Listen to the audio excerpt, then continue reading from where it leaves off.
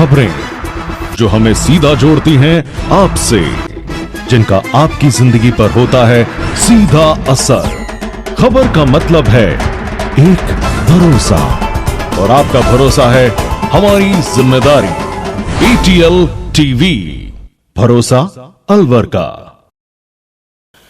नमस्कार, आप देख रहे हैं ATL न्यूज और आपके साथ मैं हूं रविंद्र तिवारी। पेश है आज की हेडलाइंस।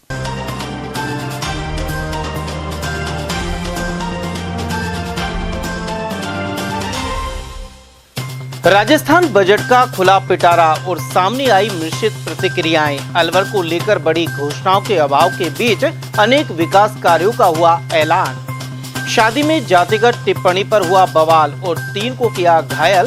MIA के देसुला खोड़ का है मामला। ट्रांसफार्मरों की चोरियों का खुलासा कर दबोचे 4 शातिर।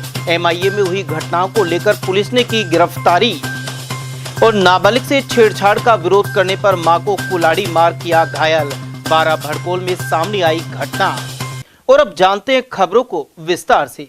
राजस्थान विधानसभा में बुधवार को डिप्टी CM और वित्त मंत्री दिया कुमारी ने बजट पेश किया। अलवर को संभाग बनाने और डीजल पेट्रोल से वैट घटाने जैसी प्रतीक्षित घोषणाओं तो नहीं हुई, लेकिन अलवर और इसे विभाजित कर बनाए गए नए जिलों के लिए कई अन्य ऐलान हुए हैं। उधर बजट पर मिश्रित प्रतिक्रियाएं सामने आई हैं। डिप्टी CM एवं वित्त मंत्री दिया कुमारी ने बुधवार को 2 घंटे 54 मिनट का राजस्थान बजट भाषण दिया। वे लाल बंदेज की साड़ी पहनकर विधानसभा पहुंची। बजट में जहां अलवर के लिए अलग से कई प्रावधान किए गए हैं, वहीं कई ऐसे भी प्रावधान हैं जो पूरे प्रदेश के साथ अलवर के लिए भी लागू होंगे। अलवर केंद्रीय कारागृह का नया भवन बनेगा। अलवर शहर में एक नया DSP कार्यालय, अंबेडकर नगर में बिजली विभाग का नया GSS सहित पॉलिटेक्निक महाविद्यालय बनेगा। बुद्ध विहार में प्रथम श्रेणी का पशु चिकित्सालय बनेगा। साथ ही अलवर और भिवाड़ी सहित कुछ स्थानों के लिए बाढ़ सुरक्षा के मद में 1030 करोड़ रुपए स्वीकृत हुए हैं। वहीं अलवर में वन मंत्री संजय शर्मा की अनुशंसा पर कुशालगढ़ से थैंक यू बोर्ड सरिस्का तक 20 करोड़ रुपए की लागत से नया रोड बनेगा।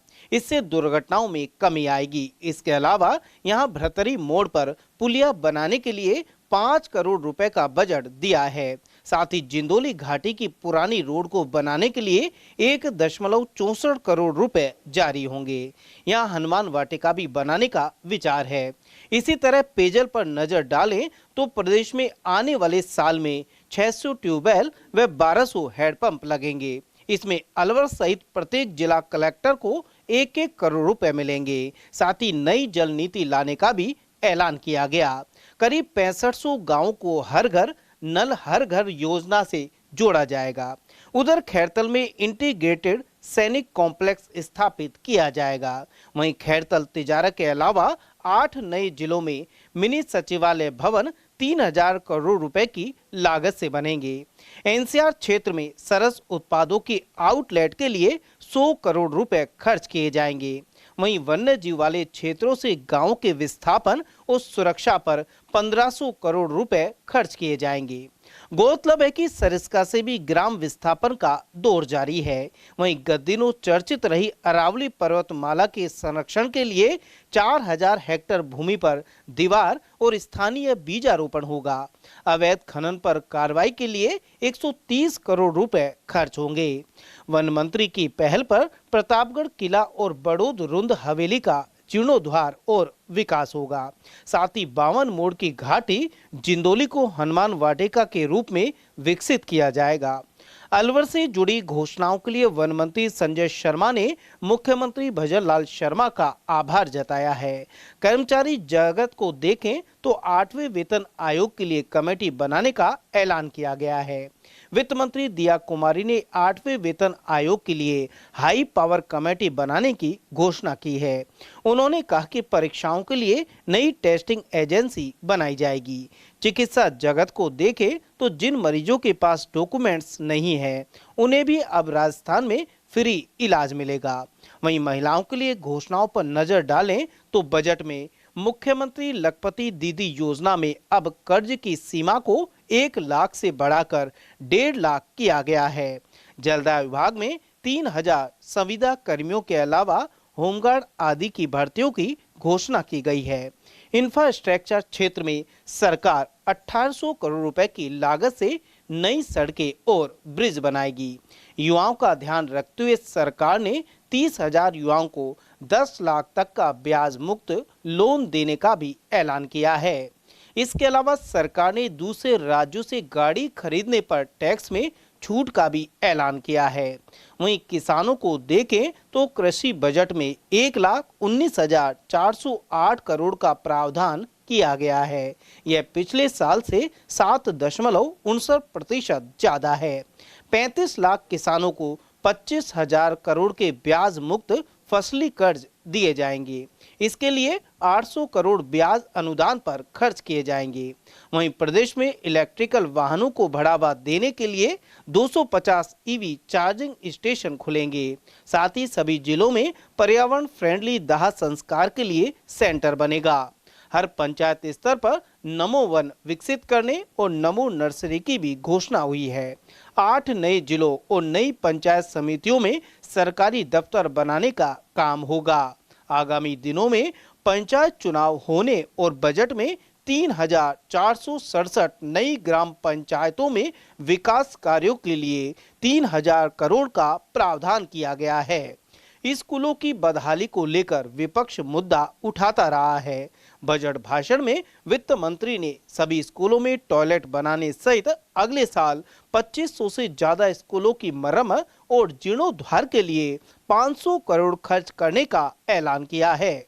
450 करोड़ की लागत से जर्जर स्कूलों की भवनों का निर्माण होगा। साथ ही स्कूली बच्चों को सरकार खेल किट और जादुई पिटारा देगी, जिस पर 323 करोड़ का खर्च होगा।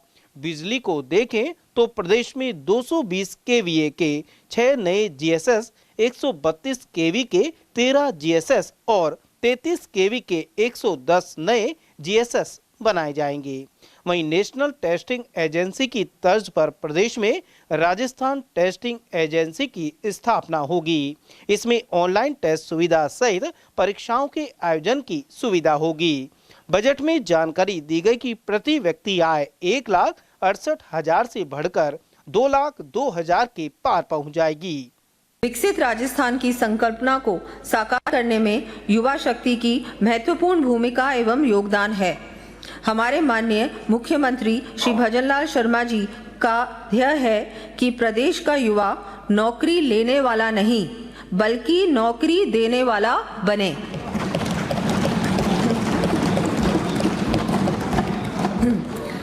हमारे प्रदेश को मेरे युवा साथी आगे ले जाएंगे। उनके सपने सितारे बनकर आसमान में चमके, ऐसा वातावरण तैयार करना हमारी जिम्मेदारी है।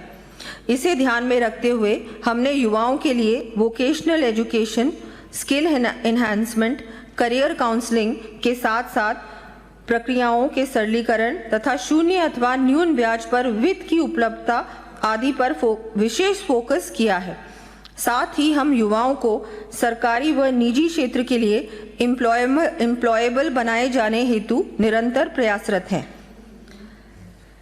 प्रदेश के युवाओं को स्वरोजगार के अवसर उपलब्ध करवाने के उद्देश्य से मुख्यमंत्री युवा स्वरोजगार योजना प्रारंभ की गई है।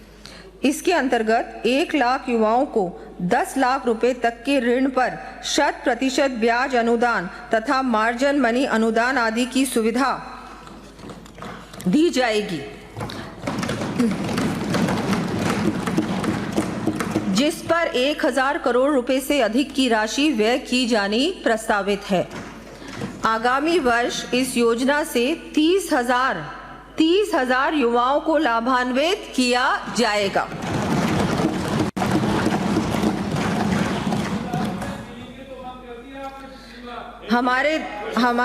हमारे द्वारा प्रतियोगी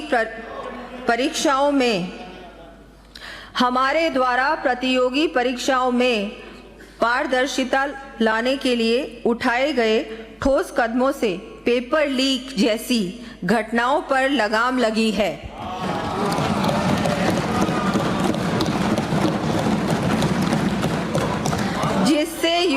में नई आशा का संचार हुआ है, जिससे युवाओं में नई आशा। माननीय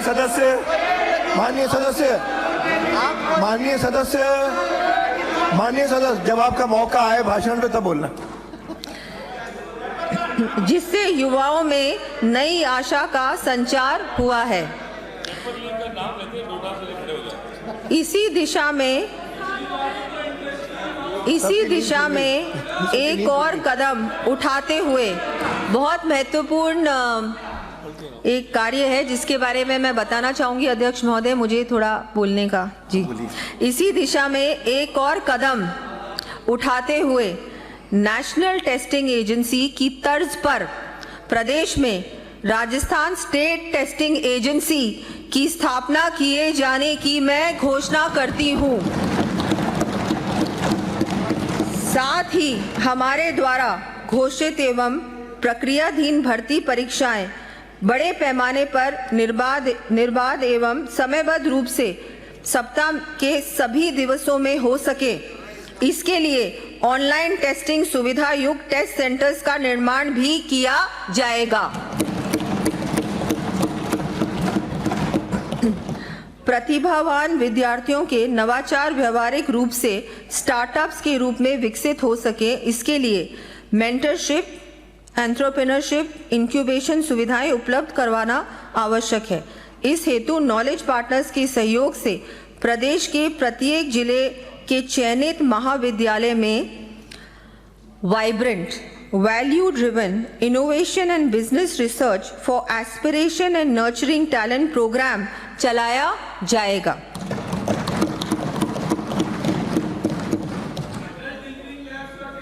बालिकाओं में आत्मरक्षा एवं स्वाभिमान की भावना जागृत करने की दृष्टि से 300 से अधिक महाविद्यालयों में स्थापित रानी लक्ष्मीबाई केंद्रों में लगभग 15,000 छात्राओं को प्रशिक्षण दिया गया है। आगामी वर्ष 150 अतिरिक्त महाविद्यालयों में इन केंद्रों की स्थापना कर लगभग 50,000 छात्राओं को प्रशिक्षण दिया जाएगा। उधर राज्य बजट को लेकर तमाम प्रतिक्रियाएं सामने आई हैं। भाजपा इसे शानदार बता रहे हैं, वहीं कांग्रेस ने आंकड़ों का जाल करार दिया है। भाजपा प्रदेश प्रवक्ता प्रीति शर्मा के अनुसार बजट पारदर्शी एवं संतुलित है। इसमें युवा एवं महिला सशक्तिकरण को केंद्र में रखने के अलावा अनेक महत्वपूर्ण घोषणाएं की गई हैं। नमस्कार। राजस्थान बजट 2026 माननीय प्रधानमंत्री श्री नरेंद्र मोदी जी के विकसित भारत विजन का राज्य स्तर पर ठोस क्रियान्वयन है। माननीय मुख्यमंत्री श्री भजनलाल शर्मा जी के नेतृत्व में प्रदेश तेज और समावेशी विकास पथ पर अग्रसर है। वित्त मंत्री श्रीमती दिया कुमारी जी ने संतुलित एवं पारदर्शी बजट प्रस्तुत करते हुए महिला और युवा सशक्तिकरण को केंद्र में रखा है। यह बजट केवल वित्तीय प्रावधानों का संकलन नहीं, बल्कि लखपति दीदी योजना में ऋण सीमा बढ़ाकर विकास का क्रियान्वयन दस्तावेज है। इंफ्रास्ट्रक्चर, निवेश और उद्योग को नई नीति देते हुए 1800 करोड़ की सड़क पुल परियोजना राजस्थान को ग्रोथ इंजन बनाएगी। 30,000 युवाओं को 10 लाख तक का ब्याज मुक्त ऋण और 25,000 नए लोगों को मिनी ई मित्र के रूप में अवसर देना इसे भविष्यदर्शी बनाता है। सभी संभाग मुख्यालयों को सिग्नल फ्री बनाना सुशासन और स्मार्ट मोबिलिटी की दिशा में बड़ा कदम है। डबल इंजन सरकार ने साबित किया है कि नीति, नियत और निर्णय स्पष्ट हो तो परिणाम ऐतिहासिक होते हैं। आपके चैनल के माध्यम से मैं इस ऐतिहासिक बजट के लिए राजस्थान की देवतुल्य जनता को हार्दिक बधाई देती हूं। साथ ही माननीय प्रधानमंत्री श्री नरेंद्र मोदी जी, मुख्यमंत्री श्री भजनलाल शर्मा जी एवं वित्त मंत्री श्रीमती दिया कुमारी जी का हृदय से आभार व्यक्त करती हूं। धन्यवाद। उधर समाजसेवी प्रेमचंद जैन ने आरोप लगाया कि बजट में पूंजीपतियों को आगे बढ़ाया जा रहा है, साथ ही जरूरतमंद तबके का ध्यान नहीं रखा गया। उन्होंने कहा कि हर वर्ग को ध्यान में रखते हुए बजट पेश किए जाने की जरूरत है। इसके अलावा कम्युनिस्ट पार्टी के पदाधिकारी और कर्मचारी नेता तेजपाल सैनी के अनुसार बजट में सिर्फ आंकड़े नजर आ रहे हैं। इसके अलावा हर विभाग में संविदा पर कर्मचारी लेने की बात कही जा रही है, जिससे शोषण बढ़ेगा। सैनी के अनुसार हर विभाग में नियुक्ति कर 15 साल या लंबे अरसे से काम कर रहे कार्मिकों को स्थायी किया जाना चाहिए। राजस्थान सरकार द्वारा भाजपा की सरकार के वित्त मंत्री माननीय दिया कुमारी जी द्वारा बजट पेश किया जा रहा है। जैसा कि मैं देख रहा हूं कि बजट में जो मौजूदा हमारी सरकार है उसके द्वारा जो संसाधन मौजूदा स्थिति में उपलब्ध होने चाहिए उनके ऊपर फोकस कम किया गया है, जबकि आने वाले समय के लिए यानी कि आगे का विजन इन्होंने तैयार किया है, उसका फ़ायदा पता नहीं कितने वर्षों बाद मिलेगा। लेकिन जो आज भूख लग रही है उसको रोटी अगर 3 साल बाद मिलेगी तो आप समझ सकते हैं कि क्या हालत होगी। आज जो राजस्थान का बजट पेश हुआ है उसमें मोटा रूप से जो देखा जाए वो सब आंकड़ों का खेल है। कहीं कितने करोड़ रुपए मंजूर किए हैं, कहीं कितने करोड़ रुपए मंजूर किए हैं, परंतु धरातल पर पिछले बजट की तरह कोई धरातल पर नहीं उतरने की हमें ज़्यादा संभावनाएं लग रही है कि ये केवल घोषणाओं की बात है, केवल आंकड़ेबाजी का खेल है। और कई विभागों में जो भर्तियों की जो बात की है इन्होंने, उसमें संविदा पर लेने की बात ज़्यादा की जा रही है, नियमित कर्मचारियों की भर्ती नहीं की जा रही है। जबकि आज किसी भी डिपार्टमेंट में पहले से भी संविदा पर लगे हुए कर्मचारियों को नियमित नहीं किया जा रहा है, जबकि लगातार उनकी मांग रही है कि नियमित किया जाए। उनको आज 15-15 साल 20-20 साल अपने कार्य करते हुए हो गए हैं, किसी प्रकार की इनकी कोई शिकायत नहीं है, उसके बावजूद भी इनको नियमित नहीं किया जा रहा है। सरकार कर्मचारियों का शोषण करने में लगी हुई है, जबकि बजट से पूर्व सरकार ये घोषणा करती रही है कि नवयुवकों के लिए बजट होगा, मजदूरों के लिए बजट होगा, कर्मचारियों के लिए बजट होगा, परंतु ऐसी कोई संभावना हमें इसमें दिखाई नहीं देती है। उधर सरिस्का में खुशालगढ़ तिराई से थैंक यू बोर्ड थानागाजी तक 20 करोड़ रुपए की लागत से सड़क सहित रूपारेल नदी पर स्थित भ्रतरी तिराहा पुल के लिए 5 करोड़ के ऐलान को लेकर स्थानीय लोगों ने खुशी जताई है। जगह जगह यह रोड जर्जर होने से दुर्घटनाओं की आशंका रहती थी। साथ ही भ्रतरी आने वाले श्रद्धालु एवं सरिस्का के पर्यटक भी परेशान होते थे। आज हमारे राजस्थान सरकार का जो बजट पेश हुआ है उसमें हमारे राजस्थान सरकार के राज्य मंत्री जलवायु पर्यावरण मंत्री श्री संजय शर्मा जी के द्वारा जो हमारे कुशालगढ़ से और थैंक यू बोर्ड तक सड़क का बनाने का जो आदेश हुआ है, और भर्तरी जी के भी जो पुलिया जर्जर हुई है उसको भी सही करवाने का, और ग्रामीणों क्षेत्र की तरफ ज़्यादा ध्यान देते हुए सरकार ने बहुत अच्छा बजट पेश हुआ है। इसके बारे में हम हमारे माननीय मंत्री श्री संजय शर्मा जी, केंद्रीय मंत्री भूपेंद्र यादव जी और राज्य सरकार को आपके चैनल के द्वारा धन्यवाद दें। कितनी समस्या दूर होगी? समस्या बहुत दूर होंगी, इससे हमारे पर्यटक भी बढ़ेंगे। और भर्तरी आने वालों, भर्तरी जी का जो मेला भरता है हमारे साल में 2 बार भरता है, लेकिन भादवे के महीने में एक बड़ा विशाल मेला भरता है। उसमें भी श्रद्धालुओं का आने जाने में जो पहले दिक्कतें परेशानी आती थी वो परेशानियों में बहुत आसानी है। अलवर ग्रामीण विधानसभा क्षेत्र से अकबरपुर गांव का रहने वाला हूं। हमारे मंत्री जी श्री संजय शर्मा की अनुशंसा पर कुशालगढ़ से थैंक यू बोर्ड थानागाजी तक चढ़ाई की मरम्मत के लिए, सड़क की मरम्मत के लिए, नवीनीकरण एवं मरम्मत के लिए करोड़ों का बजट दिया है। और भर्तरी पुलिया के लिए उसके लिए अलग से स्वीकृत हुए हैं करोड़ों रुपये। इससे आम जनता को फायदा होगा। भर्तरी का मेला जो हमारा भरता है, अलवर जिले का सबसे बड़ा मेला होता है, उसमें तीर्थ यात्रियों को कोई आने जाने की कोई परेशानी नहीं होगी, न व्हीकल जाम लगेगा। और मुख्यमंत्री जल जीवन नीति में हर घर कनेक्शन, जैसे प्रधानमंत्री की तर्ज पर हर घर कनेक्शन दिया था, ऐसे जो ढाणी गांव रह गए हैं उनमें भी जल जीवन मिशन के तहत कनेक्शन दिए जाएंगे, पानी पहुंचाया जाएगा। ये बहुत बड़ी सौगात है। और शिक्षा के क्षेत्र में आंगनबाड़ी केंद्रों में जिनों में शौचालय नहीं है बच्चों के लिए, उनमें शौचालय का निर्माण किया जाएगा। और चिकित्सा के क्षेत्र में अगर किसी आदमी की मृत्यु हॉस्पिटल में होती है तो उसकी मृतक शरीर को घर तक पहुंचाया जाएगा। उधर भाजपा के अलवर जिला कार्यालय पर पदाधिकारी बजट की घोषणाओं को देखते हुए नजर आए। जिला महामंत्री नरेश गोयल ने बताया कि 2047 तक विकसित राजस्थान बनाने के लिए बजट पेश किया गया है। इसमें किसानों, युवा और महिलाओं के लिए बहुत कुछ किया गया है। साथ ही आधारभूत सुविधाओं के लिए अनेक प्रावधान हैं। उधर जिला उपाध्यक्ष हरीश शंकर गोयल के अनुसार अलवर जेल के निर्माण, सेस्का के थैंक यू बोर्ड तक सड़क सहित अनेक घोषणाएं उपयोगी हैं।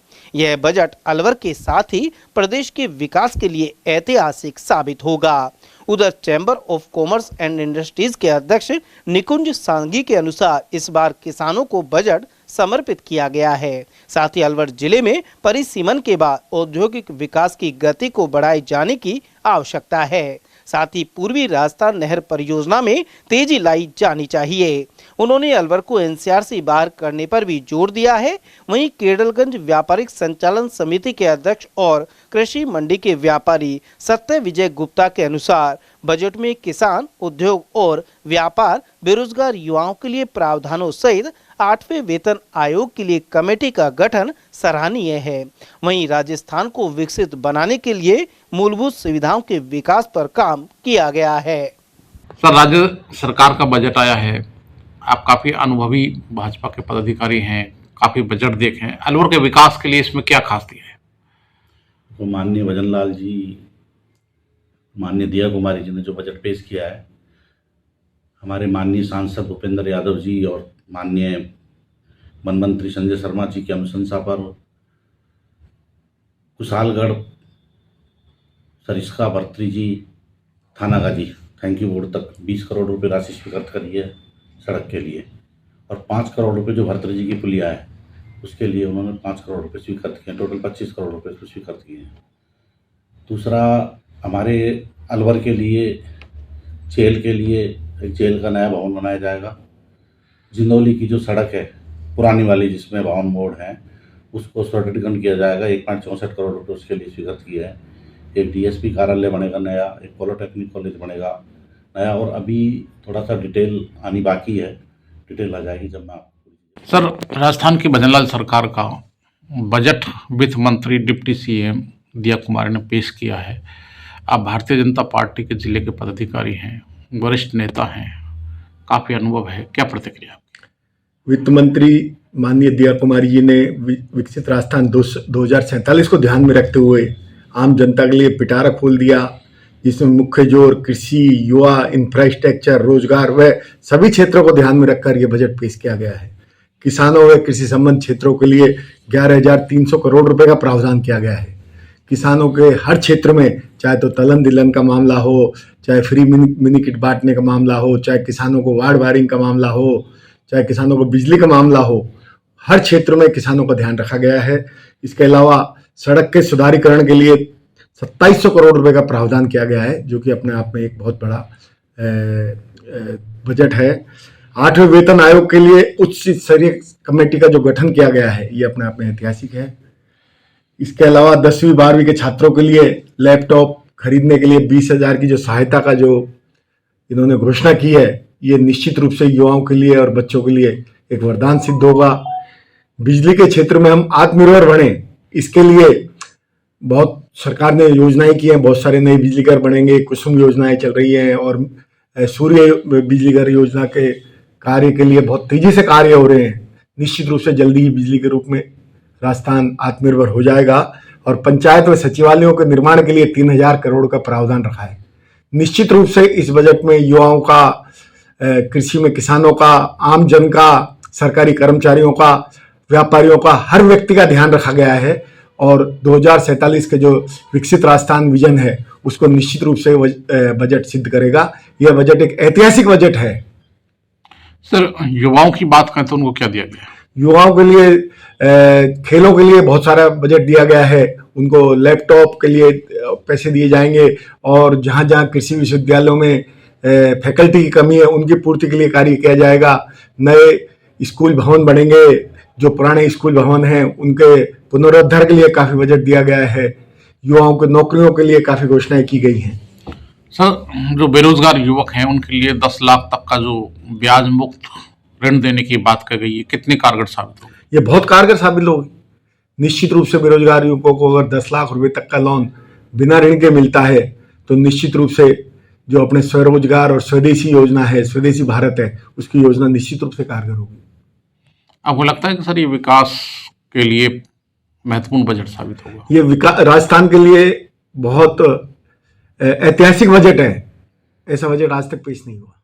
उधर नेता प्रतिपक्ष टीकाराम जूली के अनुसार बजट में विजन और नीति एवं नियत का अभाव है। साथ ही भाजपा सरकार ने विश्वासघाती बजट पेश किया है। पूर्व की 2718 घोषणाओं में से 70% अधूरी हैं। जूली ने सदन के बाहर मीडिया से वार्ता में यह आरोप लगाए। उन्होंने तंज कसा कि सरकार को 2026 की जमीनी हकीकत का पता नहीं, लेकिन जवाबदेही से बचने के लिए 2047 के हवाई सपने दिखा रही है।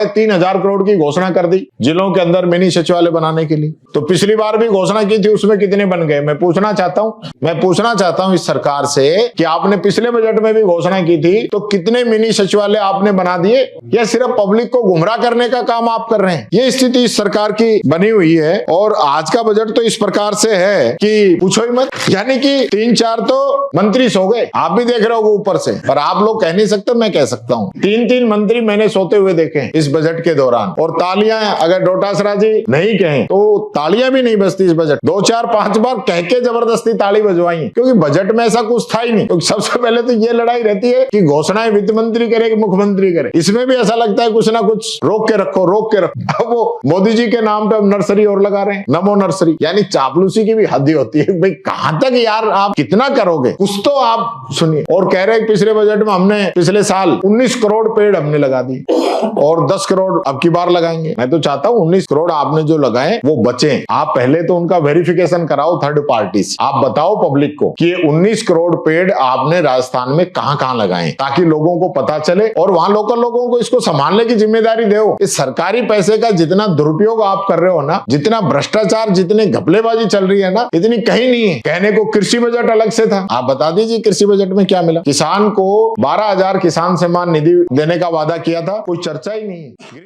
उधर रूकटा डेमोक्रेटिक संगठन के संयोजक प्रोफेसर रमेश बैरवा के अनुसार शिक्षा क्षेत्र के बजट में वृद्धि के मध्य मेधावी विद्यार्थियों को टैबलेट, छात्राओं के लिए पर्याप्त टॉयलेट और कॉलेजों को क्रमबद्ध करने के लिए प्रावधान किए गए हैं, लेकिन जर्जर विद्यालय भवनों के लिए पर्याप्त बजट आवंटन और रिक्त पदों को भरने सहित विद्या संबल गेस्ट फैकल्टी को स्थायी करने की जरूरत थी। उधर जिला कांग्रेस कमेटी के पूर्व अध्यक्ष योगेश मिश्रा के अनुसार प्रदेश सहित अलवर के लोग बजट से मायूस हुए हैं। नए औद्योगिक क्षेत्र विकसित करने और MIA के लिए अलग से फंड की अपेक्षा थी। पूरी राजस्थान नहर परियोजना के लिए भी कोई जिक्र नहीं किया गया है। वहीं डीजल पेट्रोल से वैट भी कम नहीं किया गया, साथ ही अलवर को संभाग नहीं बनाया गया है। इसके अलावा कांग्रेस नेता और शिक्षाविद डॉक्टर हुकुम सिंह के अनुसार पिछले 2 साल में बजट की करीब 1/3 घोषणाएं ही पूरी हुई हैं। मौजूदा बजट भी गुमराह करने वाला लॉलीपॉप बजट है। उधर किसान नेता बलवीर सिंह गुर्जर के अनुसार किसानों के हित के लिए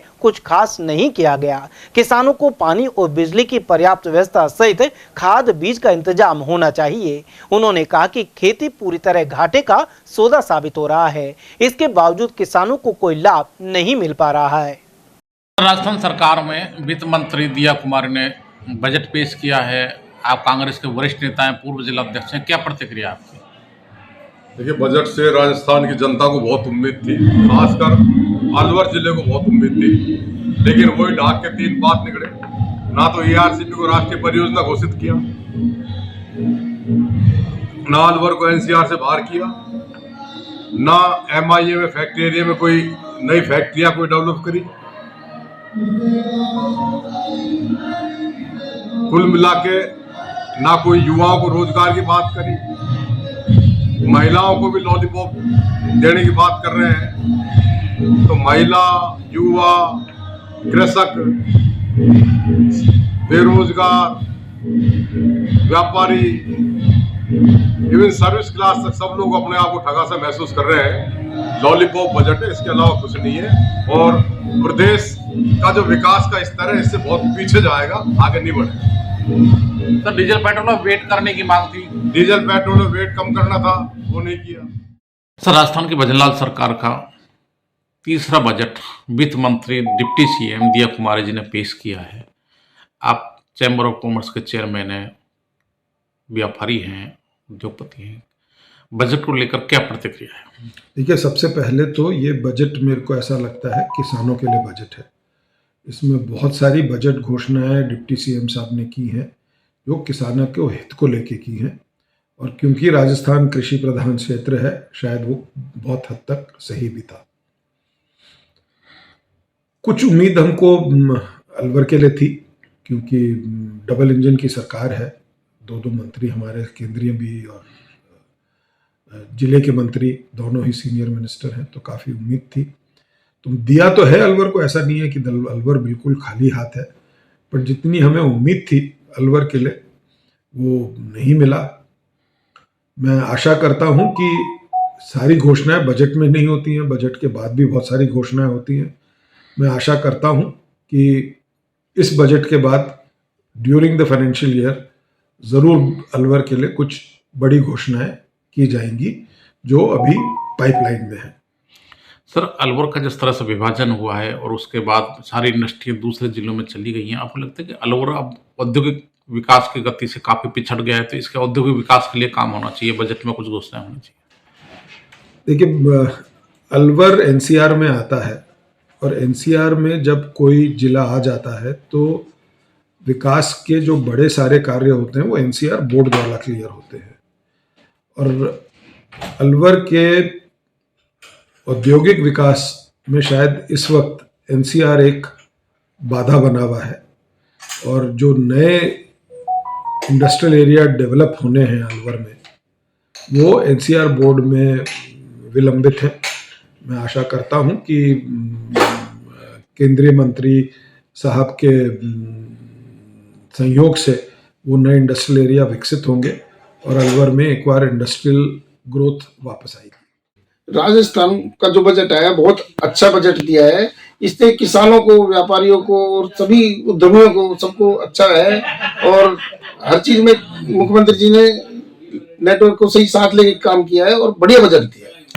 सर, आपको लगता है कि साइबर को रोकने के लिए भी स्टेट लेवल का एक सेंटर बना रहे हैं, कर्मचारियों के लिए भी वेतन आयोग के लिए कमेटी बना रहे हैं, तो इसमें अपराध के साथ साथ कर्मचारियों का भी ध्यान रखा है, अपराध को रोकने के लिए भी काम हो रहा है? बिल्कुल, राजस्थान सरकार और भारत सरकार मिलके ही साइबर सेल को रोकने के लिए, जो भी अपराध हो रहे हैं उनको रोकने के लिए पूरा प्रयास कर रहे हैं।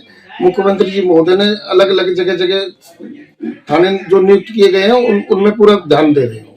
सर, युवाओं को लोन के लिए जिस तरह से बिना ब्याज का लोन सरकार दे रही है, ब्याज मुक्त लोन या फिर बड़े लोन भी दे रहे हैं, पढ़ाई के लिए, विदेश जाने के लिए भी लोन के लिए इन्होंने किया है, सब तरह किया है। तो बहुत अच्छा काम कर रही है सरकार और अच्छा बजट है। इस विकास से राजस्थान आगे बढ़ेगा, विकास होगा राजस्थान विकास बढ़ेगा और अलवर का विकास भी अच्छा होगा। अलवर में मुख्यमंत्री जी ने काफी बजट दिया है और हमारे भूपेंद्र जी यादव जो सांसद महोदय उनके द्वारा और हमारे मंत्री जी जो संजय शर्मा जी हैं उनके द्वारा भी अलवर पे पूरा ध्यान दिया जा रहा है। यहाँ पे इतना बड़ा चिड़ियाघर बन रहा है जो आसपास पूरे इंडिया में आसपास बहुत बड़ा बन रहा है, दिल्ली से बड़ा चिड़ियाघर अलवर बन रहा है। तो इससे यहाँ पे पर्यटकों का आवागमन होगा और अलवर का विकास होगा। सर, राजस्थान के वित्त मंत्री दिया कुमारी ने राजस्थान की विधानसभा में बजट पेश किया है। आप कांग्रेस के वरिष्ठ नेता हैं, काफी अनुभव है, काफी बजट दे गए हैं, क्या प्रतिक्रिया है? पुष्पेंद्र जी, बधाई और साधुवाद आपको और आपके चैनल को कि हम आम आदमियों की आवाज़ आप सोशल मीडिया के जरिए आवाम तक पहुंचा रहे हैं। मैं निवेदन करूंगा, राजस्थान सरकार का वर्तमान जो सरकार है भजनलाल जी का, ये तीसरा बजट है। पहला बजट 2024-25 जिसमें 1277 घोषणाएं इन्होंने की थी। दूसरा बजट 2025-26 जिसमें 1441 घोषणाएं इन्होंने की थी। यानी 2 वर्ष में 2718 घोषणाएं माननीय उप मुख्यमंत्री वित्त मंत्री राजस्थान सरकार श्रीमती दिया कुमारी जी द्वारा की गई। दूसरे शब्दों में राजस्थान सरकार द्वारा की गई। अब आप देखिए कि जो 2718 जो घोषणाएं थी 2 वर्ष के बजट में, तीसरा बजट तो आज प्रस्तुत हो रहा है। उधर भिवाड़ी से सामने आई प्रतिक्रिया में युवा कांग्रेस नेता अजय चौहान ने बजट को युवाओं के लिए निराशाजनक बताया। उन्होंने कहा कि यह बजट युवाओं के साथ किए गए खोखले वादों का दस्तावेज है। साथ ही सरकार ने युवाओं की समस्याओं, जरूरतों और अपेक्षाओं की पूरी तरह अनदेखी की है। कुल मिलाकर राजस्थान बजट को लेकर तमाम प्रतिक्रियाएं और चर्चाएं जारी है। अलवर के उद्योग नगर थाना क्षेत्र अंतर्गत ग्राम देसुला खोड़ में मंगलवार शाम एक शादी समारोह के दौरान जाति सूचक शब्दों को लेकर विवाद हो गया। 2 समुदायों के लोगों के बीच विवाद इतना बढ़ गया कि 3 युवक घायल हो गए। इन्हें अलवर के सामान्य चिकित्सालय में भर्ती कराया गया है। जानकारी के अनुसार देसुला खोड़ निवासी शिवा जाटव और मोहित जाटव पड़ोस में आयोजित एक शादी समारोह में शामिल होने गए थे। इसी दौरान दूसरे समुदाय के कुछ लोगों द्वारा कथित रूप से जातिगत टिप्पणी की गई, जिसको लेकर कहासुनी हो गई। देखते ही देखते मामला मारपीट में बदल गया। झगड़े में शिवा और मोहित जाटव घायल हो गए, वहीं दूसरे पक्ष से आमीन नामक युवक भी चोटिल हुआ है। घटना की सूचना पर उद्योग नगर थाना पुलिस मौके पर पहुंची और स्थिति को शांत कराया। मेरा नाम मोहित है और उसका नाम शिवा है। तो हम क्या शाम के टाइम 7-1 बज रहे थे, तो हमारे उधर क्या शादी आ रही थी, हमारे गली में शादी थी। तो उधर हम कैंपर वैम्पर लेके जा रहे थे, तो फिर वो उधर 2-4 वो थे, तो वो हम वैसे ही हंसी मतलब हमसे फालतू बोल रहे थे, चिढ़ रहे थे। और फिर उधर हमारे जो लड़के उड़के बहन उन थी, जो उनको वैसे छेड़ रहे थे, वैसे देख रहे थे उनको। फिर हम कह रहे थे उनकी तुम इधर चले जाओ। फिर वो ऐसे डीजे फिर उन्होंने हमसे हाथापाई करी। तो फिर उनके मम्मी पापा आ गए, उनके मेयों के। फिर उन्होंने हमारे हाथापाई करी, तो मेरी ये जो टी-शर्ट ये फट गई थी साइड में से। फिर उसकी मम्मी से हमला किया तुम्हारे? मेरे हमला किया था लट्ठी से, और उस पे पत्थर की दी थी उसको। अलवर के एमआईए थाना पुलिस ने ट्रांसफार्मर चोरी की वारदातों का पर्दाफाश कर गैंग के 4 सदस्यों को गिरफ्तार किया है। साथ ही ट्रांसफार्मरों का करीब 3 क्विंटल कॉपर और वारदात में इस्तेमाल 2 बाइक बरामद की हैं। पकड़े गए चारों आरोपियों ने एमआईए फैक्ट्री एरिया में रैकी कर ट्रांसफार्मर चुराए थे। पुलिस अधीक्षक सुधीर चौधरी ने बताया कि चारों आरोपियों ने RG agro food factory, Sanmati marbles, HB marbles, Gaurav chemical mineral और माइक्रोन इंडिया फैक्ट्री से ट्रांसफार्मर का सामान चुराया था। यह चोरियां 14 से 30 जनवरी के बीच की गई। पुलिस ने अब आरोपी सीकरी क्षेत्र के बलविंद्र सिंह, नाहरपुर के गुरविंदर, तेहड़पुर निवासी सोनू और सीकरी थाना क्षेत्र के हरजीत को पकड़ा है। पुलिस ने इनके कब्जे से करीब 3 क्विंटल कॉपर और वारदात में इस्तेमाल की गई 2 बाइक बरामद की हैं। आरोपियों से पुलिस पूछताछ में खुलासा हुआ कि आरोपियों द्वारा दिन में फैक्ट्री एरिया में रैकी की जाती थी। इसके बाद वे रात में ट्रांसफार्मर के अंदर से कॉपर केबल चोरी करते थे। ट्रांसफार्मर्स की चोरी हुई थी, जिसमें कि 5 प्रकरण दर्ज हुए थे, जो कि RG agro food, Sanmati marbles, HP marbles, Gaurav chemicals और माइक्रोन इंडिया लिमिटेड, इन 5 जगह जो कमर्शियल बड़े ट्रांसफार्मर्स होते हैं उसमें कॉपर चोरी हुई थी। और इसमें हमने गैंग को आइडेंटिफाई कर लिया है।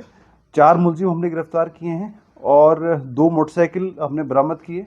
इसके अतिरिक्त लगभग 3 क्विंटल कॉपर वो हमने बरामद किया है। जिन व्यक्तियों ने इनसे चोरी का माल खरीदा है उनसे भी उनको भी हम मुलजिम बनाएंगे। उस संदर्भ में पूछताछ जारी है। अभी 4 मुलजिमों को हमने गिरफ्तार किया, उनका पुलिस कस्टडी हमने ली है। और आने वाले समय में ये ऑर्गेनाइज तरीके से इंडस्ट्रियल एरिया में चोरी ना हो, उसके प्रिवेंशन के लिए हमने बख्तल चौकी में 3 जो है कांस्टेबल्स एक्स्ट्रा बढ़ाए हैं। वहाँ की जो इंडस्ट्रियल एसोसिएशन से भी वार्ता हुई, बड़ी सकारात्मक वार्ता हुई। उसमें ये पाया गया कि इन 5 इंडस्ट्रियल जगह जहाँ जहाँ चोरी हुई उसमें मात्र 1 जगह सीसीटीवी कैमरा लगा हुआ था। इस संदर्भ में व्यापारियों को भी सेंसिटाइज किया गया और उन्होंने आश्वस्त किया है कि सभी जगह सीसीटीवी कैमरास लगाए जाएंगे और गार्ड्स की भी नियुक्ति करेंगे। और 3 पुलिस कर्मी अतिरिक्त भी हम इंडस्ट्रियल एरिया में लगा रहे हैं। इसके अतिरिक्त जो 112 गाड़ी है वो बख्तर की चौकी पर डेडिकेटली रहेगी, जैसे कि इंडस्ट्रियल एरिया में कोई भी ऑफेंस होता है या प्रिवेंशन होता है, उसके रिस्पांस के लिए वो गाड़ी डेडिकेटेड रहेगी। ये जो लड़के हैं इसमें एक बलविंदर है, गुरविंदर है, सोनू है और हरजीत। तो ये आदतन इस तरह का काम पहले भी करते हैं, जो क्रिमिनल रिकॉर्ड भी है। ICGS से हम लोग ने क्रिमिनल रिकॉर्ड भी की भी जांच कर रहे हैं।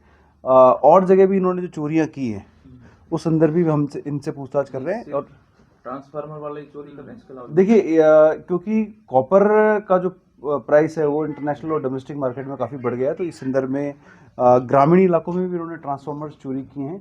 इसके अतिरिक्त कुछ नकबजनी में भी इनका रोल सामने आ रहा है, उस संदर्भ में पूछताछ जारी है और आने वाले समय में इनको प्रोडक्शन वारंट पर लेकर के नकबजनी के मामलों में भी गिरफ्तार किया है, जिन जिन नकबजनी में खुलासा करेंगे। बलविंदर है वो रायसिक है, वही उदयपुर निहाम थाना सीकरी डीक का रहने वाला है। गुरविंदर अलवर का ही निवासी है, सोनू अलवर का है और जो हरजीत है वो सीकरी डीक का रहने वाला है।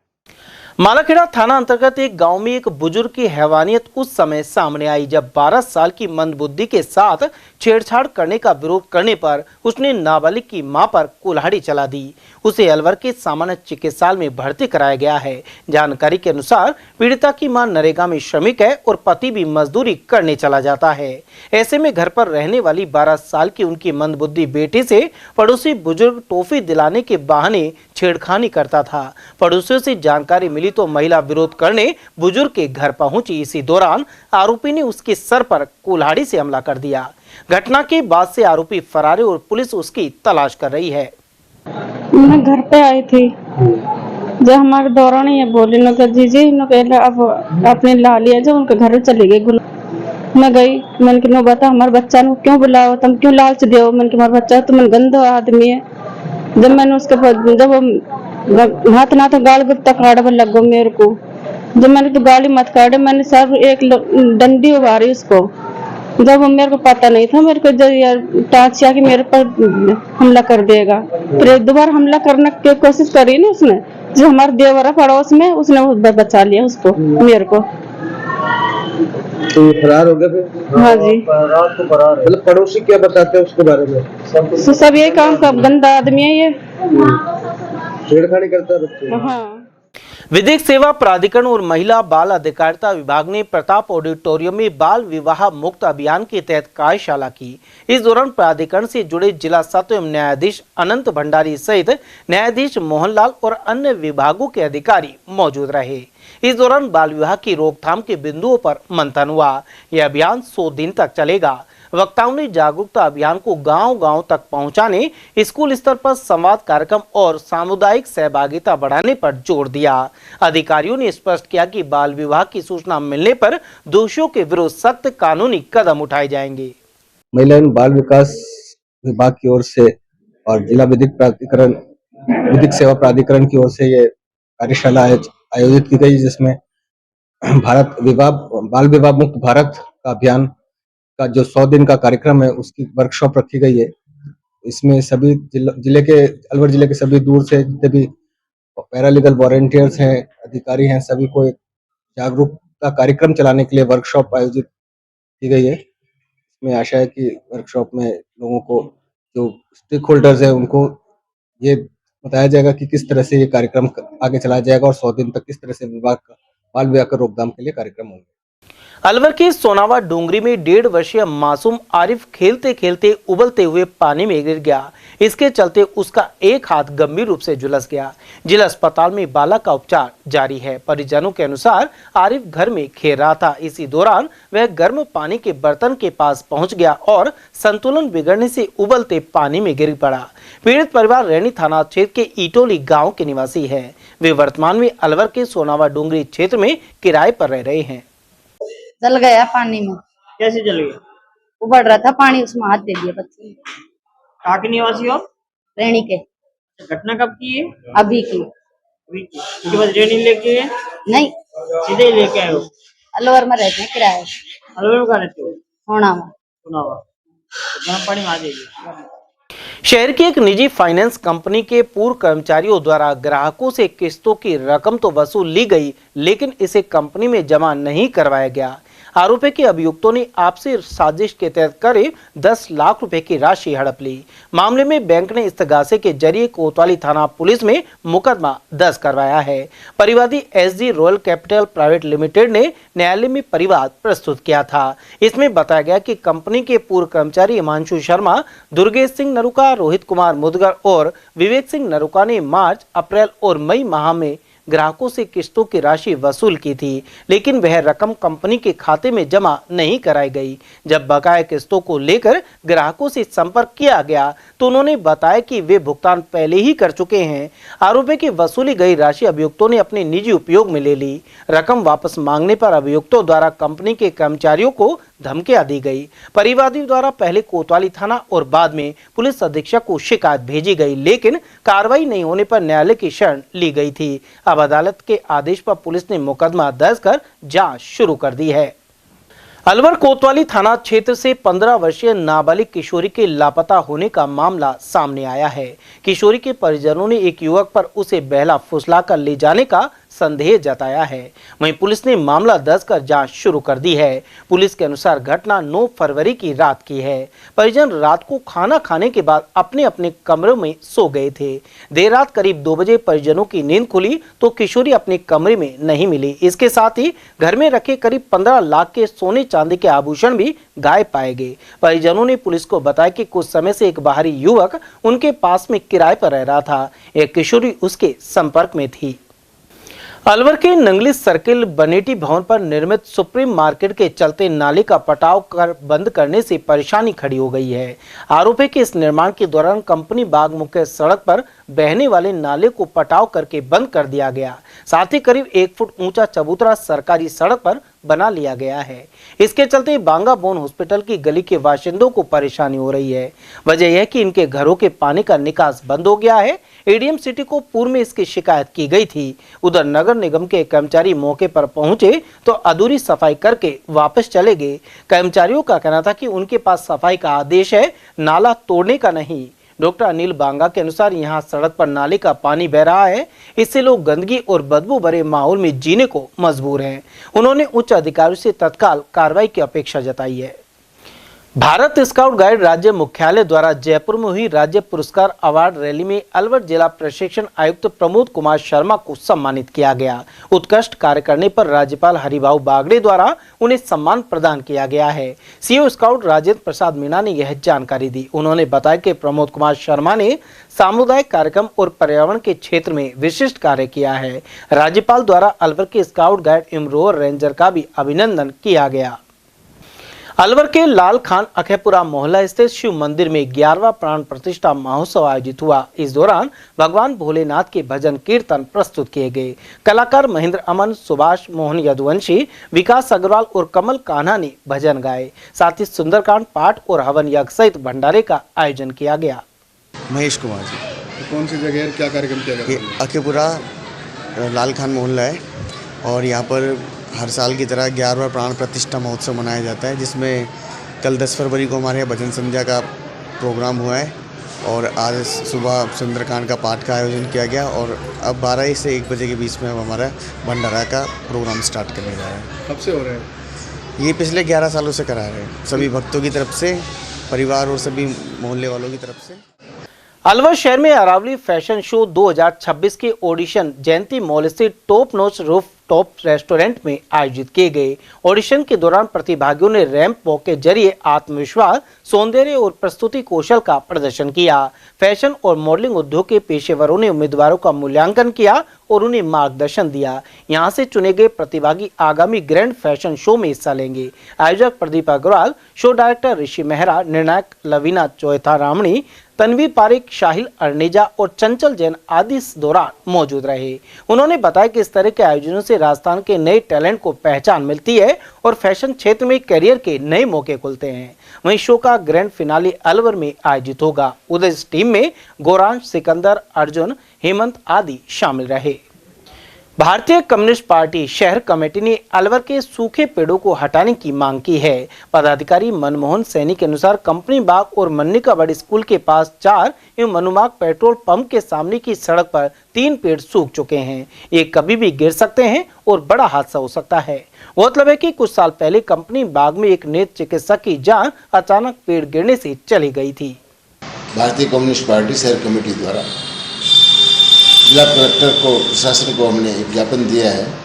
उस ज्ञापन में मुख्य रूप से जो कंपनी बाग है मन्निकाबाड़ी स्कूल के बिल्कुल अपोजिट साइड में, वहाँ 4 सूखे पेड़ हैं जो काफ़ी लंबे समय से हैं।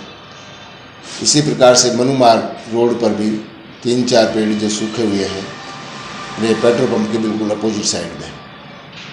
इनका भी हमने पहले मीडिया में अपना बयान जारी करके अनुरोध किया गया था कि इन पेड़ों को शीघ्र हटवाया जाए, जिससे कि कोई भी घटना घटित हो वो नहीं हो सके, उसको रोका जा सके। परंतु उसके बावजूद भी प्रशासन ने कोई ध्यान नहीं दिया और अब हमने जिला प्रशासन को पत्र के माध्यम से अवगत कराया है, साथ ही फ़ोटो भी भेजी है कि इन सूखे पेड़ों को तुरंत हटवाया जाए। कंपनी बाग में कई सालों पहले एक इसी प्रकार की दुर्घटना हुई। झालानी आई हॉस्पिटल के जो डॉक्टर थे उनके ऊपर भी एक पेड़ गिरा, जिससे उनकी वहाँ असामयिक मृत्यु हो गई। इसमें पीडब्ल्यूडी द्वारा जानकारी मिली है कि 50 लाख रुपए का उनको क्षतिपूर्ति राशि दी गई है। अगर इसी प्रकार की और घटनाएं होंगी तो वो सरकार पर भी आर्थिक बोझ के साथ साथ एक किसी भी परिवार का अमानवीय क्षति हो सकती है, जो बहुत ही दुर्भाग्यपूर्ण होगी।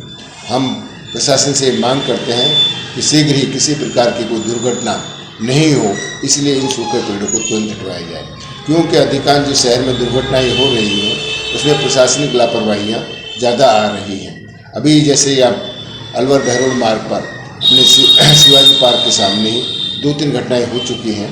उसके बाद में वहाँ डिवाइडर बनाया जा रहा है और रोड लाइटों की व्यवस्था भी की जा रही है। इसी प्रकार से अभी भवानी तोप पर भी इस प्रकार की जो ट्रैफिक दुर्घटना हुई, जिसमें कार द्वारा एक्सीडेंट में एक बुजुर्ग आदमी मारा गया, उसमें भी प्रशासन ने जो कार्रवाई की है किसी प्रकार का सुधार आज तक नहीं किया गया है। तो इस प्रकार से कोई गंभीर प्रशासन द्वारा कदम नहीं उठाए जा रहे हैं जिससे इन दुर्घटनाओं को रोका जा सके। इसी प्रकार जेल से और चौराहे पर जो चारों तरफ से ट्रैफिक आता है, वहाँ की जो रोड लाइटें हैं वो कई सालों से लगा तो दी गई हैं, परंतु चालू अभी तक नहीं की गई है, जिससे ट्रैफिक असमंजस में रहता है, कभी इधर और कभी उधर, और लगातार जाम की स्थिति बनी रहती है। कभी भी कोई बड़ा हादसा वहाँ हो सकता है, परंतु प्रशासन किस प्रकार से काम करता है ये हमारी समझ से परे है। प्रशासन को चाहिए कि जो वास्तविक स्थितियाँ हैं, जो जनता की समस्याएं हैं, उनका समाधान किया जाना चाहिए, जिससे इस प्रकार की घटनाओं को रोका जा सके। 12 फरवरी को अनेक संगठनों ने राष्ट्रव्यापी हड़ताल का ऐलान किया है। इसके समर्थन में रिटायर्ड एवं मौजूदा रोडवेज कर्मी अलवर बस स्टैंड पर धरना देंगे। स्टेट रोडवेज एम्प्लॉइज यूनियन एवं RSRTC रिटायर्ड एसोसिएशन के आह्वान पर सुबह 11 से दोपहर 1 बजे तक सामूहिक धरना दिया जाएगा। यह जानकारी कर्मचारी नेता तेजपाल सैनी ने प्रदान की। 12 फरवरी को ऑल इंडिया की हड़ताल है, उसमें सभी डिपार्टमेंट्स के कर्मचारी, श्रमिक सभी भाग ले रहे हैं और जो अनुमान है हमारा लगभग 20 से 25 करोड़ श्रमिक कर्मचारी इसमें भाग लेंगे। और सरकार की जो नीतियां हैं, केंद्र सरकार की जो नीतियां हैं, उनके विरोध में है। अभी सरकार जो 4 करोड़ बिल लेकर के आई है, जिसमें कर्मचारियों को शोषण के लिए पूंजीपतियों के हवाले किया जा रहा है, जिसका कि हम कड़ा विरोध कर रहे हैं कि 4 करोड़ बिल जो लागू किए हैं इन्हें वापस लिया जाना चाहिए। परंतु सरकार ने बड़ी बेदर्दी के साथ में इन 4 करोड़ बिलों को लागू कर दिया है और मजदूरों के, कर्मचारियों की कोई सुनवाई सरकार ने नहीं की है। इसी तरह से इन्होंने मनरेगा जो कानून को बदला है, उसकी भी हम कड़ी भर्त्सना करते हैं कि मनरेगा कानून में जो संशोधन किए गए हैं वो संशोधन के लायक नहीं, बल्कि उसमें कुछ सुधारात्मक कार्रवाई की जानी चाहिए, परंतु इन्होंने तो पूरा कानून ही बदल दिया। तो इसका भी हम लगातार विरोध करते हैं। उधर किसान सभा के राष्ट्रीय आह्वान पर गुरुवार को दोपहर 12 बजे कार्यकर्ता बापू बाजार से C2 के कार्यालय में एकत्रित होंगे। इसके बाद 1 बजे तमाम संगठन विवेकानंद चौक पर प्रदर्शन करेंगे। इसके जरिए 4 लेबर कोड, बीज विधेयक, बिजली विधेयक और भारत अमेरिका अंतरिम व्यापार समझौते को लेकर विरोध जताया जाएगा।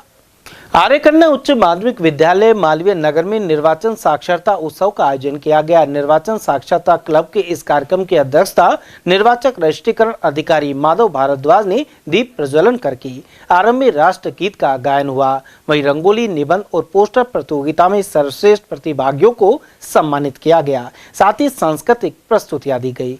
अंत में मतदाता शपथ का आयोजन किया गया। इस दौरान जिला स्वीप समन्वयक शिव कुमार मिश्रा, केंद्र अधीक्षक हेमंत मीणा और प्रधानाचार्य रेणु सिंह सहित स्टाफ सदस्य उपस्थित रहे।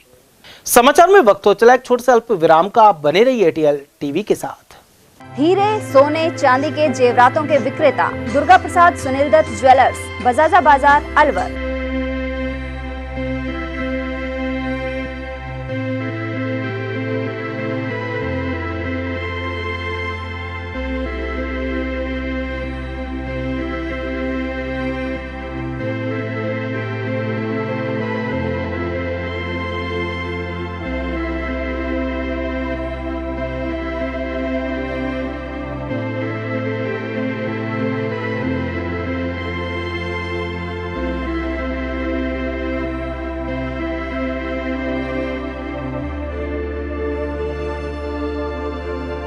हीरे, सोने, चांदी के जेवरातों के विक्रेता दुर्गा प्रसाद सुनील दत्त ज्वेलर्स, बजाजा बाजार, Alwar.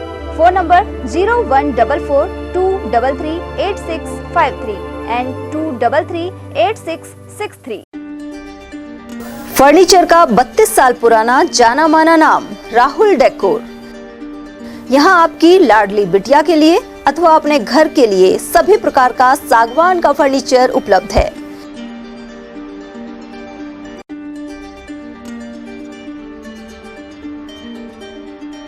Double bed, dressing table, sofa set सागवान एवं कपड़े वाले तथा सेंटर टेबल, भट्टी कलर, स्टील अलमारी, ब्रांडेड एवं सॉफ्टी फोम के गद्दे आपकी नाप तोल से बनाए जाते हैं।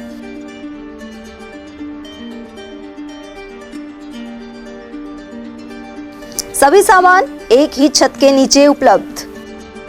हमारा पता है अलवर बोर्ड, जसवंत तिराहे से पहले, कटी घाटी, अलवर। Contact number 9414019769 and 9414019768। पहचान गारमेंट्स अब शादियों की खरीदारी के लिए दिल्ली और जयपुर जाने की जरूरत नहीं। पहचान गारमेंट्स लाया है कुर्ता, पैजामे, शेरवानी, ब्लेजर और कोट पैंट की शानदार वैरायटी।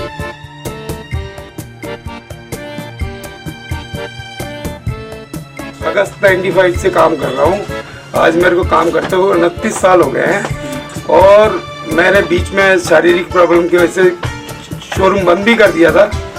फिर दोबारा से मेरे को अलवर की जनता ने इतना स्नेह दिया है कि मेरे को 1.5 महीने में दिखा दिया उन्होंने कि कितनी पावरफुल और कितना प्यार करती है मेरी जनता अलवर की श्री पहचान गारमेंट को और दीपक तलवार को। इस बार हम नया कॉन्सेप्ट लेके आए कि साफे जोधपुरी कारीगर आपके घर पे, आपके शादी के जहाँ आप शादी कर रहे हैं वहाँ पे, किसी भी होटल पे, किसी मैरिज होम पे, कहीं पे भी आप शादी कर रहे हैं वहाँ पे आपको साफे बनवाएंगे हम जोधपुरी कारीगरों द्वारा। तो हम और शेरवानी तो आप शायद देख ही सकते हैं कि बॉम्बे की शेरवानी है, मतलब एकदम अलग हटके शेरवानी है। और फिर मैं अपील करूँगा कि अलवर के हर वासिंदे को शुक्रिया जिसने मुझसे सामान लिया और मेरी दुकान का नाम किया। धन्यवाद। वाजिब दामों पर फैक्ट्री से सीधे आपके पास जेंट्स गारमेंट्स मिलने का एक ही स्थान पहचान गारमेंट्स, खंडेलवाल धर्मशाला के सामने, अलवर। Contact number 9413304151। ब्रेक के बाद फिर से आपका स्वागत है। सरिस्का बाग परियोजना में अब शावकों की संख्या बढ़ने के साथ उनके नामकरण को लेकर तैयारी हो रही है। शावक के व्यस्त होते ही उनका नामकरण किया जाता है। वहीं मेल टाइगर शावकों के लिए रेडियो कॉलर के लिए भी प्रस्ताव भेजे गए हैं। डीएफओ अभिमन्यु सारण ने बताया कि टाइगर का कुनबा बढ़ने के साथ ही शावकों की संख्या में वृद्धि हुई है। बड़े होकर यह शावक अपनी टेरिटरी बना लेंगे तब उनका नामकरण किया जाएगा। इसके अलावा मेल टाइगर के शावकों का मूवमेंट अधिक रहता है। ऐसे में उन्हें रेडियो कॉलर लगाने के लिए प्रपोजल भेजा गया है। बिल्कुल, अभी सरिस्का के अंदर 29 एडल्ट तो अभी भी हैं और करीब 11 से 12 जो शावक हैं जिनका नामकरण किया जाएगा। शावक जैसे ही मदर से अलग होके अपनी एक टेरिटरी स्टेबलाइज कर लेंगे तब उनका नामकरण किया जाएगा।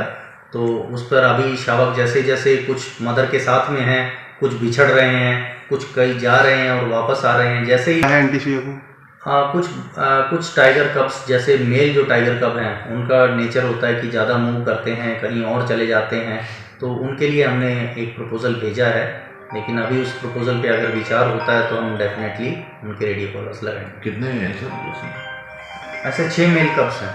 6 रेडियो कॉलर सर अमूमन देखा जाता है सरिस्का में अभी तक रेडियो कॉलर नए शावकों को नहीं लगे थे, लेकिन 2 टाइगर निकले थे। उसके बाद प्रपोजल बना है या उससे पहले? हाँ, उसके बाद ही हमने ऐसा प्रपोजल भेजा है। अलवर शहर के गणेश नगर स्थित प्राचीन चामुंडा देवी मंदिर में विभिन्न देव प्रतिमाओं की प्राण प्रतिष्ठा से पहले कलश शोभा यात्रा निकाली गई। वहीं मंगलवार को धार्मिक अनुष्ठान किए गए। मूर्तियों की प्राण प्रतिष्ठा के बाद बुधवार को हवन पूजन एवं महाआरती का आयोजन हुआ। जन सतर्कता एवं विकास समिति से जुड़े जयसिंह राजपूत ने बताया कि आयोजन में सभी क्षेत्रवासियों का सहयोग रहा। फाल्गुन मास में नेहड़ी माता की अखंड ज्योति जलाकर श्रद्धालुओं ने पूजा अर्चना की। वहीं होली के त्योहार तक यहां श्रद्धालु बड़ी संख्या में पहुंचकर दर्शन कर रहे हैं। इसके अलावा नेहड़ी माता मंदिर परिसर का विकास कार्य जारी है। साथ ही कलाकार भजनों के जरिए माता का गुणगान करते हैं। मंदिर पुजारी के अनुसार यहाँ करीब 700 वर्ष पुराना खेजड़ी का वृक्ष है जो पहले हरा भरा था। अब यह पेड़ सूख जाने के बावजूद मूल जड़ एवं तना आज भी माता के मंदिर पर मौजूद है। झाबरमल कंस्ट्रक्शन कंपनी द्वारा प्रधानाचार्य संगीता गौड़ की प्रेरणा से बालेटा बालिका सीनियर स्कूल में एक लैपटॉप डोनेट किया गया। निदेशक झाबरमल यादव ने इसे प्रधानाचार्य को सौंपा। इस दौरान समाजसेवी अशोक मेठी भी मौजूद थे। इससे पूर्व भी प्रधानाचार्य एवं रक्तवीर संगीता गौड़ एवं अशोक मेठी की प्रेरणा से कक्षा 1 से 12 के सभी बच्चों को जर्सी वितरित की गई थी। साथ ही गार्गी पुरस्कार प्राप्त करने वाली छात्राओं को वाटर बोतल्स प्रदान की गई है। ग्रामीण क्षेत्रों में पानी की समस्या से लोग परेशान बने हुए हैं। मानपुरा गांव के निवासी रमेश चंद के अनुसार यहां पूरे वोल्टेज से बिजली आने पर पानी की सप्लाई भी सही होती है, लेकिन लाइट की समस्या होने पर लोग पानी के लिए भटकते रहते हैं। संबंधित विभाग को शिकायत करने पर भी पानी की समस्या से निजात नहीं मिल पा रही है। 5-6 साल हो गई मोटर सरकारी लगी हुई, अब वो 15-20 दिन तो चली सही, फिर बाद में वो लाइन फैन मोटर वोटर खींचर वो लेगा। अब गांव बिल्कुल परेशान है कि पावर लाइट आ जाए तो पानी पीवा को मिल जाए, ना तो ड्रम बर्तन ले लेगा रोड पे खड़ा सब। कितने घर तो की बस्ती है? 40-50 घर की बस्ती है। लाइट नहीं आती तो कहाँ से लाते हो? लाइट नहीं आती है तो वैसे ही करते हैं, जिसे थोड़ा घना जिसने भर लिया। पशु भी है अपना, हाँ, उनको भी समस्या होती है। पशुओं को सबको परेशानी है। यही चक्कर में, पानी के चक्कर में एक बैरबानी जल्दबाजी करी और रोड का सारा पानी चले, लाइट जाने के कारण वो भी एक्सीडेंट हो गई। यही कारण से पानी की वजह से जल्दबाजी। बड़दोमेव कस्बे के समीपवर्ती रोनपुर स्थित गगन ज्योति पब्लिक स्कूल में मेधावियों का सम्मान हुआ। संस्था प्रधान सुखलाल वर्मा ने बताया कि वार्षिक कार्यक्रम के मुख्य अतिथि शिक्षाविद छगन लाल वर्मा रहे और अध्यक्षता सुखलाल वर्मा द्वारा की गई, जबकि विशिष्ट अतिथि रामफल सैनी एवं संजय कुमार थे। कार्यक्रम का शुभारंभ मां सरस्वती की तस्वीर के समक्ष दीप प्रज्वलित कर किया गया। साथ ही नन्हे मुन्ने बच्चों ने सांस्कृतिक प्रस्तुतियां दी। वहीं अतिथियों द्वारा प्रतिभावान छात्राओं को सम्मानित किया गया। श्री बांके बिहारी सेवा दल ट्रस्ट द्वारा श्री श्याम कथा एवं फागुत्सव का आयोजन 12 से 14 फरवरी तक होगा। इसके तहत विशाल कलश और ध्वज यात्रा निकाली जाएगी। वहीं कथा व्यास शिवम चतुर्वेदी जी महाराज हैं। कथा रोजाना दोपहर 12 से शाम 4 बजे तक भिवाड़ी के UIT सेक्टर 9 में होगी। वहीं आयोजन के दौरान फागुत्सव भी मनाया जाएगा। ये श्री बांके बिहारी सेवा दल ट्रस्ट के द्वारा हर वर्ष की भांति हर वर्ष हमारी संस्था पूरे भिवाड़ी में फाग उत्सव का आयोजन करती थी। अब की बार हमारी कथा आगामी कथा झुंझुनू में है 15 तारीख से 22 तारीख तक, और भी आगे कथाएं हैं, वृंदावन में भी हैं। समय कम होने के कारण अब की बार पूरे फागन में एक कथा होगी श्याम बाबा की, जो कि यूआईटी सेक्टर 9/446 में होगी, जिसमें 12 जनवरी को विशाल कलश यात्रा ध्वजा यात्रा निकाली जाएगी, जो कि समस्त यूआईटी सेक्टर 9 से होती हुई सेक्टर 9/446 में पधारेगी। बहरोड में जर्जर मकान का छज्जा गिरने से रतनलाल प्रजापत की मौत के मामले में बुधवार को पंचमुखी हनुमान मंदिर पर श्रद्धांजलि सभा हुई। सभा के बाद पैदल मार्च निकालकर पीड़ित परिवार को 50 लाख रुपए के मुआवजे, मृतक की पत्नी को सरकारी नौकरी और अस्पताल में भर्ती बच्चों को मेडिकल सुविधा कराने की मांग उठाई गई। एसडीएम कार्यालय में काफी देर तक एसडीएम के नहीं मिलने पर प्रदर्शनकारियों ने रोष प्रकट किया। बाद में उन्हें मांग पत्र सौंपा गया। गौरतलब है कि कस्बे में 5 फरवरी को बच्चों को बाइक से स्कूल छोड़ने जा रहे रतनलाल पर जर्जर छज्जा गिरने से उनकी जान चली गई थी। साथ ही दोनों बच्चे गंभीर रूप से घायल हो गए थे। उधर एसडीएम के अनुसार ज्ञापन को उचित माध्यम से आगे पहुंचा दिया गया है। साथ ही बच्चों के समुचित इलाज पर नजर रखी जा रही है। नागरिक लोग आए थे, इन्होंने ज्ञापन दिया और इन्होंने कुछ डिमांड रखी थी, वही इनको 50 लाख रुपए मुआवजा, सरकारी नौकरी और इस प्रकार की डिमांड इन्होंने ज्ञापन के थ्रू हमें दी है, जिसको हमने उचित माध्यम के द्वारा आगे भिजवा दिया है। और इन्होंने दूसरा ये निवेदन किया कि भाई जो पुराने भवन हैं इनका एक सर्वे कराकर पुराने भवन को जो छज्जे हैं और ये इस टाइप के भवन हटाए जाए। तो उसके लिए जिस दिन घटना हुई थी उससे पहले भी वैसे सरकार के भी डायरेक्शन है कि इस प्रकार के जो जर्जर भवन है उनको हटाया जाए। तो उसके लिए रेगुलर नगर पालिका की टीम लगी भी रहती है और उस दिन जब घटना हुई तो कमिश्नर साहब को हमने डिटेल डायरेक्शन दे रखे हैं, तो ऐसे भवनों को भी हटाया जाएगा। और जो इनकी डिमांड है वो सक्षम स्तर पे आज ही हम ज्ञापन के थ्रू भिजवा रहे हैं। सर उन्हें प्राइवेट हॉस्पिटल में एडमिट करा रखा है। तो डॉक्टर साहब से मेरी बात हुई है और बीसीएम साहब एक बार वहाँ जा रहे हैं, तो जो भी मदद हो सकेगी उनकी तरफ से, जो भी रिलैक्सेशन हो सकेगा वो करवाएंगे। अपना घर शालीमार में शिव कृपा आनंद महोत्सव जारी है। दूसरे दिन की शिव कथा में डॉक्टर शिवम साधक महाराज ने कहा कि शिव की कृपा के बिना जीवन में शांति नहीं आ सकती। वहीं जीवन का सही निर्णय व्यक्ति केवल शांति में ही ले सकता है। उन्होंने तीर्थराज प्रयाग की महिमा भी बताई। कथा के बाद भगवान शिव के दिव्य चंदन प्रसाद को भक्तों के मस्तक पर लगाया गया। वहीं रात्रि में बड़ी संख्या में भक्त खाटू श्याम ज्योति पूजन में शामिल हुए। साधक सेवा समिति के अध्यक्ष डॉक्टर एस.सी. मित्तल ने बताया कि शिव कथा 15 फरवरी तक दोपहर 1 बजे से 4 बजे तक शालीमार श्री राम मंदिर में हो रही है। प्रतापगढ़ रोड थानागाजी से नर्मदेश्वर महादेव मंदिर में शुक्रवार से 9 दिवसीय श्री शिव महापुराण कथा का शुभारंभ होगा। मंदिर पुजारी बाबूलाल के अनुसार यहां 21 फरवरी तक कथा का वाचन राष्ट्रीय कथा वाचक संत स्वामी कमलदास बापू करेंगे। कथा रोजाना दोपहर 1:15 से शाम 4:15 बजे तक होगी। इससे पूर्व 13 फरवरी को कलश यात्रा सुबह 11 बजे निकाली जाएगी। नीमराणा क्षेत्र में एडीजे कोर्ट की स्थापना को लेकर 27वें दिन भी धरना जारी रहा। वहीं बार संघ के अधिवक्ताओं ने मुख्यमंत्री के नाम उपखंड अधिकारी को ज्ञापन सौंपा है। बार संघ अध्यक्ष एडवोकेट उदय सिंह यादव ने बताया कि उपखंड मुख्यालय होने के बावजूद यहां केवल सिविल न्यायालय एवं न्यायिक मजिस्ट्रेट न्यायालय संचालित है, जबकि उपखंड के अंतर्गत 84 गांव आते हैं। अपीलीय मामलों की सुनवाई के लिए क्षेत्रवासियों को करीब 60 से 70 किलोमीटर दूर बहरोड जाना पड़ता है। वहीं नीमराणा, शाहजहांपुर और मांडन में प्रतिवर्ष लगभग 2000 एफआईआर दर्ज होती हैं। इसके अलावा क्षेत्र में अनेक संस्थान हैं। बढ़ती जनसंख्या और संस्थागत विस्तार के कारण न्यायालयों पर मामलों का भार लगातार बढ़ता जा रहा है। उधर धरने के दौरान बार एसोसिएशन अध्यक्ष यादव के अलावा राधेश्याम यादव, वीर सिंह यादव, संजय शर्मा, देवानंद मोराडिया, विजय चौहान और रामनिवास सामरिया आदि मौजूद रहे। चलते चलते एक बार फिर से नजर डाल देते हैं आज की हेडलाइंस पर।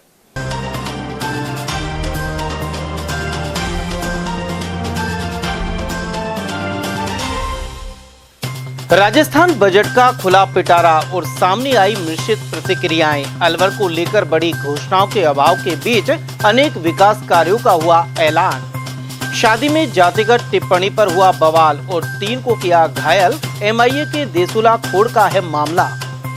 ट्रांसफार्मरों की चोरियों का खुलासा कर दबोचे 4 शातिर। एमआईए में हुई घटनाओं को लेकर पुलिस ने की गिरफ्तारी। और नाबालिग से छेड़छाड़ का विरोध करने पर मां को कुल्हाड़ी मार किया घायल। 12 भड़कोल में सामने आई घटना। समाचारों में आज के लिए बस इतना ही। दीजिए पूरी टीम के साथ रविंद्र तिवारी को इजाजत और देखते रहिए जिले के एकमात्र विश्वसनीय news channel ATL news Alwar.